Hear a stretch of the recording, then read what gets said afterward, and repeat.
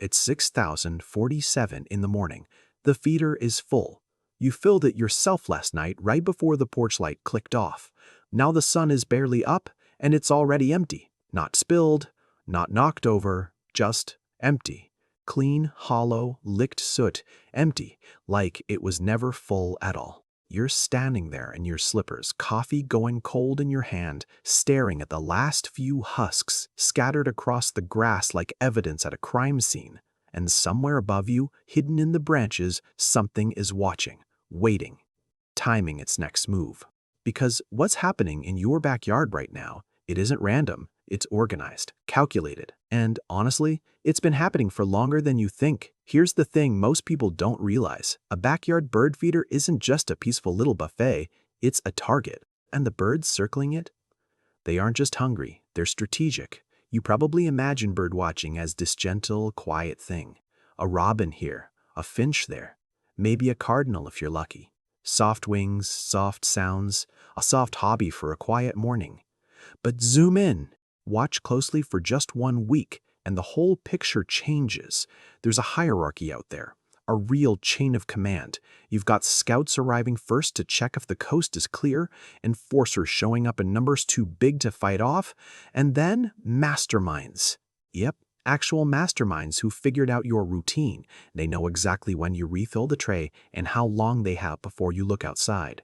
Ornithologists have a way less dramatic term for it resource exploitation behavior. But honestly, if you've ever watched 20 birds strip a feeder completely bare in under 4 minutes, exploitation doesn't even begin to cover it.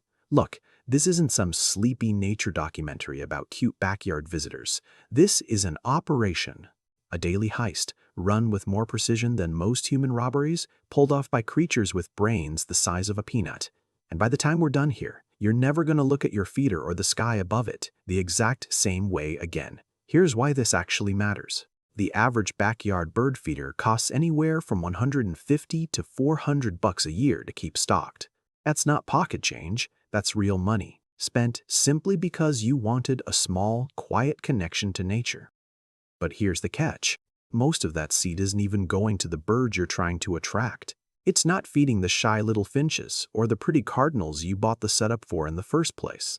Instead, it's just vanishing into the beaks of a handful of repeat offenders, species that have basically figured out how to run your feeder like their own private supply chain, while the birds you actually wanted to see get pushed aside, chased off, or scared away entirely. So this isn't just about feeding your curiosity. It's about knowing who's really benefiting from your kindness, who's quietly taking advantage of it every single morning while you're still asleep. By the end of this, you'll know the culprits by name, and you'll never fill that feeder the same way again. Before we open the case files on these 4 backyard operators, just one quick thing. If you've ever caught a bird acting a little too smart for its own good, you're going to want to stick around because it only gets weirder from here.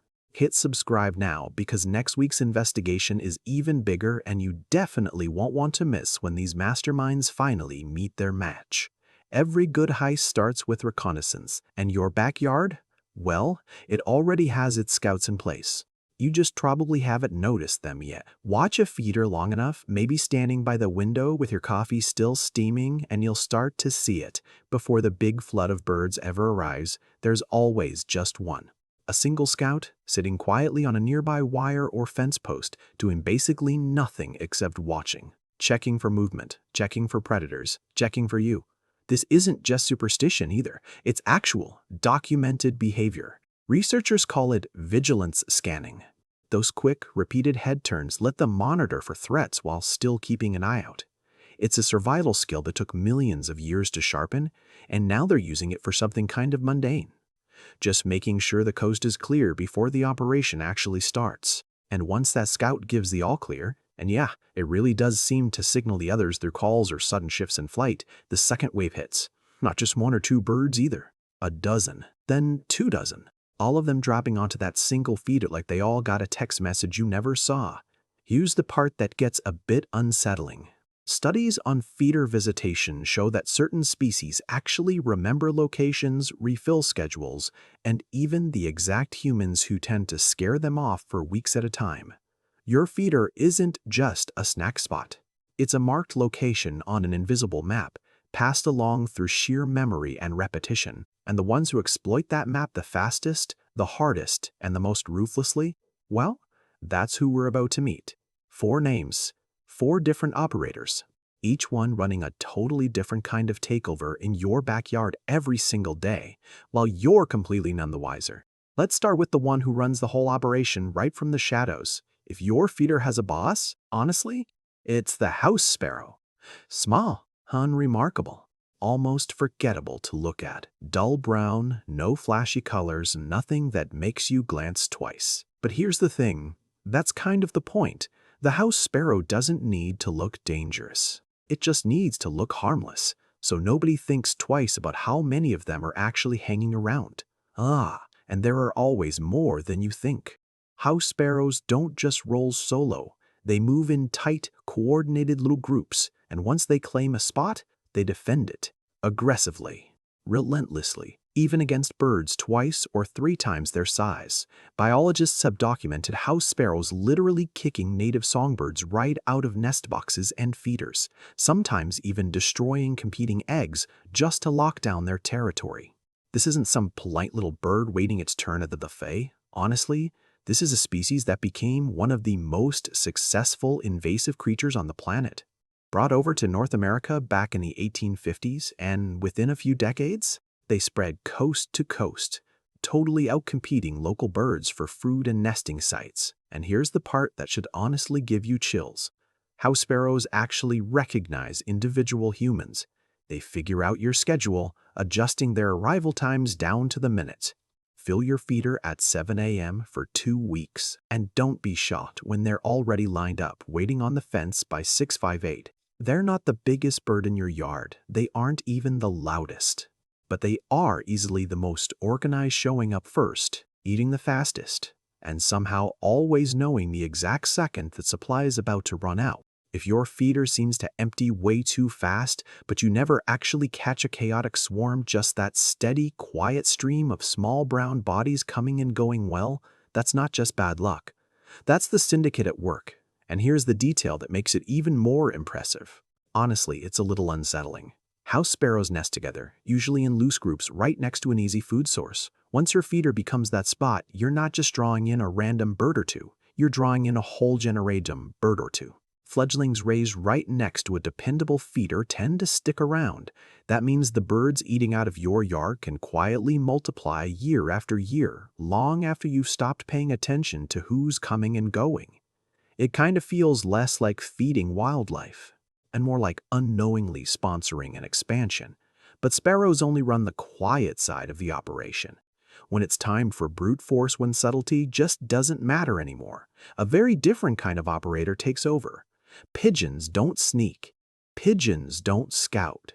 They just arrive. And once they do, negotiations are pretty much over. Where house sparrows work in careful, calculated waves, rock pigeons operate more like a demolition crew. They're heavy-bodied, completely unbothered, and remarkably unafraid of people. A single group can drop onto a feeder and wipe out a whole day's supply of seed in minutes. Not through stealth, just sheer volume. Here's something most people don't realize. Pigeons have one of the most efficient digestive systems of any common backyard bird. They can eat way more per body weight than smaller songbirds. They turn seed into energy so fast that they can keep eating almost continuously, barely even pausing the scan for danger the way smaller birds have to. Translation? They don't need to watch their backs as much, because at their size in a group, most smaller predators aren't even going to try. And this isn't just about quantity either. Pigeons are ground feeders. That means all the seed knocked loose by other birds, the spillage, the scraps, the mess becomes their exclusive territory. They basically collect a second harvest from the chaos the smaller birds create above them. Urban wildlife researchers have noticed something wild about pigeons: their spatial memory. They can remember the exact locations of multiple food sources across miles, returning to reliable feeders with mechanical consistency, day after day, no matter what the weather looks like. Which means once a pigeon finds your feeder, it doesn't forget. It doesn't just wander off. It comes back again, and again, and again, usually bringing more of the flock with each visit, until what started as 2 or 3 birds turns into a full-on occupation. Silent scouts up top, a ground crew waiting below. This operation is already way bigger than most people think. Unlike sparrows, pigeons don't seem to care about hiding. They'll feed within arm's reach of an open door, barely flinching if you move too fast. Generations of city living taught them that most human interruptions are harmless. That comfort isn't an accident either. It's learned, passed down over and over until the whole local population just stops treating you like a threat. So far, everything we've looked at has been about consuming resources quietly, efficiently, almost invisibly. The next operator doesn't care about being invisible at all. If sparrows are like a quiet syndicate and pigeons are the heavy artillery European starlings, there's something else entirely. They don't just rob the place, they take it over completely. Starlings don't arrive in polite little numbers. They show up in murmurations, these huge, swirling, coordinated flocks that can have thousands of birds in them. They move through the sky like a single living thing before dropping almost all at once onto whatever food source they've locked onto. And when that target is your backyard feeder, the effect is instant, total wipeout. Unlike sparrows trying to blend in or pigeons just throwing their weight around, starlings dominate through sheer chaotic force. A feeder that takes a house sparrow flock 20 minutes to empty, a starling flock will strip it bare in under 90 seconds. Now here's the part that usually surprises people. European starlings aren't even native to North America. Every single starling you've ever seen in your yard actually descends from roughly 100 birds released in New York's Central Park way back in 1990. It was this weird, well-documented attempt to bring every bird mentioned in Shakespeare's plays over to America. And from that one release, the population exploded. We're talking over 200 million birds across the continent within a century. Honestly, it's one of the fastest, most successful invasive expansions in wildlife history. That number should honestly stop you for a second. 200 million from just 100 birds in about 100 years, and they aren't just eating seed, they're remarkably smart. They can mimic sounds, solve basic problems, and change their feeding habits almost instantly to beat whatever deterrent you set up. Spikes, decoys, motion gadgets, starlings figure them out within days. When a murmuration decides your feeder is the target, there's no scout, no warning, no gradual buildup. 1 minute your yard is totally quiet. The next, it's just this swirling storm of black and purple wings, and 2 minutes later, it's over. The feeder is empty, the birds are gone, like they were never even there. What makes it worse is the timing. Starling flocks don't follow a fixed schedule like sparrows do. They roam across wide territories, checking dozens of yards in a single day, which means your feeder might sit untouched for a whole week, only to get hit out of nowhere the second the flock happens to pass overhead. There's just no pattern to defend against, just the sky suddenly full and then suddenly empty again. But even with chaos this overwhelming, it's still not the most dangerous strategy playing out in your backyard. The next operator doesn't need numbers, it only needs your trust. Blue jays don't need a flock. They don't need speed either. What they have is something far more effective: intelligence, memory, and a slightly unsettling understanding of how you think. Corvids, the family that includes blue jays, crows, and ravens, are some of the smartest birds on Earth. Researchers have actually documented blue jays caching thousands of food items across dozens of spots, and then remembering those exact hiding places weeks or even months later, and they turn that exact same intelligence right back onto you. Blue jays are known to mimic hawk calls. It's this near-perfect imitation they use specifically to scare smaller birds away from a feeder, clearing the whole area out in seconds. It's not just random noise, it's a calculated distraction, used at the exact right moment to clear the competition without a single physical fight. They don't just take what's available right now either. Blue jays are prolific hoarders. They can carry multiple seeds at once in a special throat pouch, fly off, and bury them in dozens of separate spots. Not to eat right away, but to stash for later, basically building a private reserve funded entirely by your feeder. Here's the detail that tends to creep people out. Blue jays can recognize individual human faces. They remember specific people who have threatened or disturbed them, sometimes holding on to that memory and changing how they act around that person for years. So when a blue jay lands on your feeder, pauses, and just studies you before it eats, yeah, that's not your imagination. It's evaluating you, calculating the risk, deciding right then and there If you're a threat to avoid or an opportunity to exploit, there's even evidence that jays share this info with each other. Younger, less experienced birds will watch and learn hawk mimicry tactics from the older ones, passing this strategy down almost like a trade rather than pure instinct. 4 operators. 4 completely different strategies. And every single morning they're all converging on the exact same target. Your backyard was never just a feeding ground. It was a stage. Here's where it gets bigger than just one bird. Because these 4 operators, the quiet sparrow syndicate, the heavy pigeon crews, the chaotic starling swarms, and the calculating blue jay strategists aren't actually working alone. Watch closely enough, over enough mornings, and a strange pattern starts to show. A scout sparrow's warning call doesn't just alert other sparrows. Starlings react to it too. Pigeons shift where they land based on where the jays have already staked their claim. Different species, with completely different styles, are somehow reading each other's signals. They're adjusting in real time, avoiding fights and just figuring out how to grab what they can. Researchers studying mixed species feeding flocks have actually found this exact thing. Birds of totally different species will tolerate and even respond to each other's alarm calls and feeding cues. It's like a loose temporary alliance right there at the food source. It's not cooperation the way we think of it. Nobody is being generous, but it is coordination. A shared understanding that the food matters more than the fight, which means what looks like random chaos in your backyard every morning is actually a working system. Scouts, muscle, chaos units, and strategists, all playing by unspoken rules, all converging on one single spot, your feeder. And humans filling it? We're not just watching this story, we're the funding source. Well-meaning, endlessly generous, refilling the exact same target on the exact same schedule, day after day, while an entire operation adapts around our habits without us ever realizing it. Think about what that actually means. A sparrow's alarm call, meant to warn its own kind of a hawk, is now being read by starlings that share no history with them at all. A blue jay hoarding seed accidentally clears space for the pigeons below. None of this was designed. None of it was planned by any single bird. It just happened the way efficient systems always happen, out of pure repeated opportunity.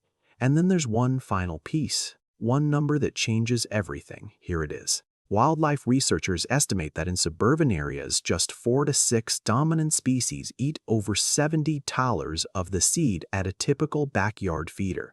Meanwhile, the actual songbirds people want to help, the finches, chickadees, warblers, often get less than a quarter of what's out there, 70%, eaten by a tiny handful of species running these exact strategies. Scouting, overwhelming, dominating, while the birds you actually wanted to see get pushed to the edges of their own food source. You didn't build a peaceful sanctuary. You built a resource, and nature did what it always does when a resource pops up: competition, hierarchy, and the smartest, most adaptable players taking the biggest share. The birds haven't just learned to use your feeder, they've built a whole economy around it. And you've been funding it every single morning without even knowing an operation was running. The strangest part, none of these birds ever met to plan it. No grand design, no malice, just millions of years of instinct crashing into one simple habit: a full feeder, refilled on schedule, in a backyard that was never as quiet as it looked. So go back to that morning. 6:47 a.m., slippers on the porch, your coffee going cold, an empty feeder, and no idea why. You know now there was never a mystery to solve. There was a scout on the wire, a syndicate moving in formation, a crew below cleaning up the scraps, a swarm dropping in over 90 seconds flat, and somewhere above it all, a single blue jay watching you watch them, recalculating, remembering, adapting. Your backyard was never quiet. It was never simple. It's a stage for a serious survival operation happening right above your head every single day in plain sight. You just needed to know where to look. And honestly, now, every time you step outside with that bag of seed, you'll catch yourself scanning the fence line, the wires, the branches overhead, wondering who's already watching, already waiting, and already counting down the minutes until your next delivery. So here's my question for you. Which one of these operators has actually been running the show in your backyard? Is it the quiet sparrows, the heavy pigeons, those chaotic starlings? Or maybe the calculating blue jay who honestly might already know your face by now? Drop it in the comments. I genuinely want to hear which bird has completely taken over your feeder. And hey, if this changed the way you'll look out your window tomorrow morning, make sure you're subscribed, because next time, we're looking at what happens after dark.